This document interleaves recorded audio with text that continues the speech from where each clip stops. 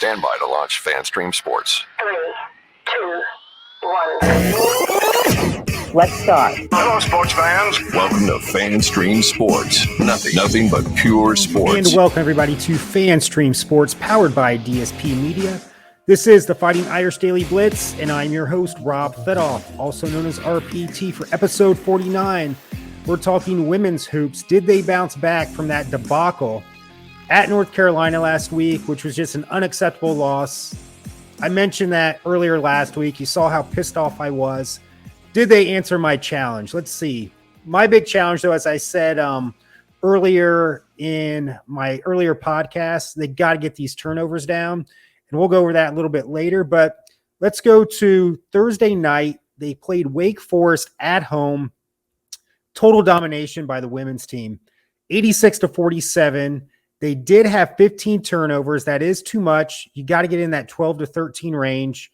They averaged 16.1 as of when I first started analyzing this. They're actually, after the North Carolina game last week, they're up to 16.2 turnovers per game. But 16.1, 16.2, you get the gist of this when I keep doing this analysis here. Maddie Westbeld, she was non-existent in that North Carolina game last Sunday. She bounced back in a big way. She had 25 points and 8 rebounds.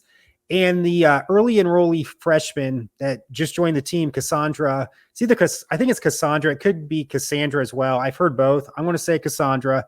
Cassandra Prosper from Canada, 12 points, 5 rebounds. And the more we get into this season, closer to tournament time, I believe she's going to have a bigger role with each game. They're just kind of, I don't want to say hand-holding her right now, but just using her in doses right now. But she's going to be a big part of this team as we head into March Madness. So today, as we talk against Syracuse comes in 13-4, 4-2 in the ACC. Not a spectacular team, but a solid team. It's at the Carrier Dome where the men's played last night as well. Notre Dame struggled early in this game. We were only up by 5 points, and actually Syracuse took the lead in the second half. However, Olivia Miles, she played like the player of the year today. I tell you what, she willed this team to more or less dominate, especially in the fourth quarter, end up winning 72-56, and it really wasn't even that close. Notre Dame ends up going they're now 14-2, 5-1 in the ACC. Syracuse goes to 13-5, 4-3 in the ACC. And here's the kicker. Remember how I keep harping on these turnovers, because that to me is what is either going to make Notre Dame go to the Final Four and win a national title or lose before they get to the Final Four. Averaging 16.2 now, technically. Today's turnovers, well, let me take a step back. Last week against North Carolina, 19, unacceptable. Against Wake Forest, 15. Today against Syracuse, drum roll, only 10 turnovers. That's what I'm talking about, Coach Ivy and crew. That's what you got to do. Are they answering the RPT challenge? They probably don't know who I am. They probably think I'm an idiot. Who knows? But if they are actually taking me to heart right now, they're answering the RPT challenge. Only 10 turnovers today, ladies. Outstanding. So let's get into the stats here. Kylie Watson, 4 points.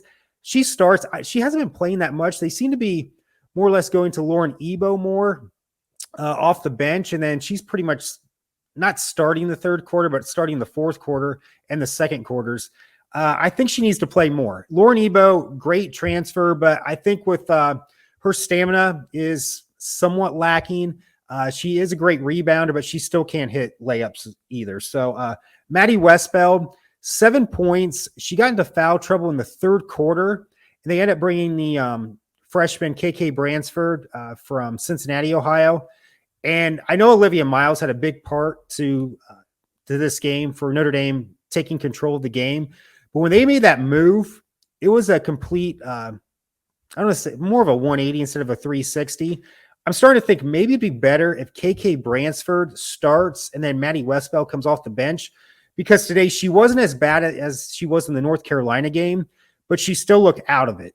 And maybe they need to light a fire under her to start playing well all the time. I know you're going to have some bad games here and there, but I just don't see the effort right now for Maddie Westbeld. So my suggestion, bring in KK Bransford as a starter and bring Maddie Westbeld off the bench. only 7 points today. Olivia Miles, she was not just the ACC Player of the Year today. She was the National Player of the Year, the way she played. She ended up scoring whenever she wanted to, driving to the basket. She does that so well. To me, she's like a Jason Kidd, but for the women's game. 23 points, 7 rebounds, 7 assists. Sonia Citron, I don't know if she was sick today, but she looked not as bad as Maddie Westbeld last week, but she just looked out of the game. She scored all 8 of her points and had two big 3-pointers in the second half. So hopefully she bounces back later this week. Dara Mabry, okay, she had 15 points. She had 3 3-pointers at critical times during the game as we started to run away with the game.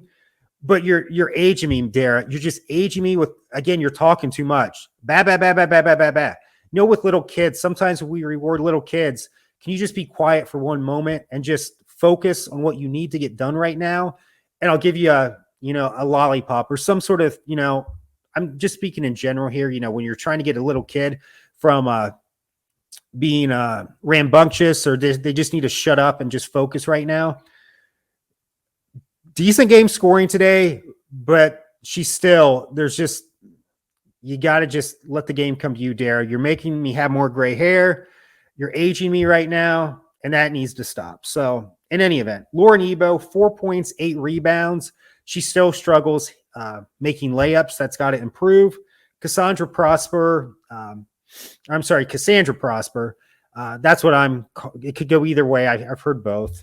You've heard that spiel from me before. 2 points, but she has that knack of knowing. She has that court presence is what I'm trying to say here. She's as we keep going on into March Madness, she's going to be a key role as this season progresses. I can't say it enough. She's going to be a player for Notre Dame. KK Bransford off the bench, 9 points. Next action is this Thursday at Clemson, 7 p.m. on the ACC Extra Network. That's where you got to go online to get the game. And then same thing for Virginia next Sunday at 2 p.m. That's on the ACC Network. You don't have to go online. You can just watch it on TV. I expect for both those games, if Notre Dame continues to improve on the turnovers and also just play their game and don't make mistakes, and these should be 2 blowout wins is what I'm trying to say here. 2 blowout wins is what I expect next week. Whether I get that, that's to be determined. But I can't say it enough. 10 turnovers today. That's spectacular. And another thing too, 8 of those were in the first half because they were trying to find their way in the first half. I'm like, oh God, is this going to be another North Carolina game? Another debacle where, we have no business losing, but we do. That was not the case today. So great job with Coach Ivey. I think too, with this team, they start classes tomorrow at Notre Dame. I think that winter break affected them when they had that great game against Boston College. I believe that was January 1st. And that's when the media was just loving them. This is the Final Four team, a number 1 seed. And then they shit the bed against North Carolina the next week. I think that time off from school hurt this team.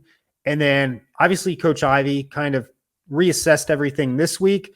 At least that's what I assume, and got them more focused this week. And I think with school being in session, that'll force them with their grades, studies, whatever you're going to call it, to even focus even more as we make that late January, then into February, then you're getting into March Madness. And that's where we want everything to be fine-tuned. So thank you so much for joining me for episode 49. And as always, go Irish.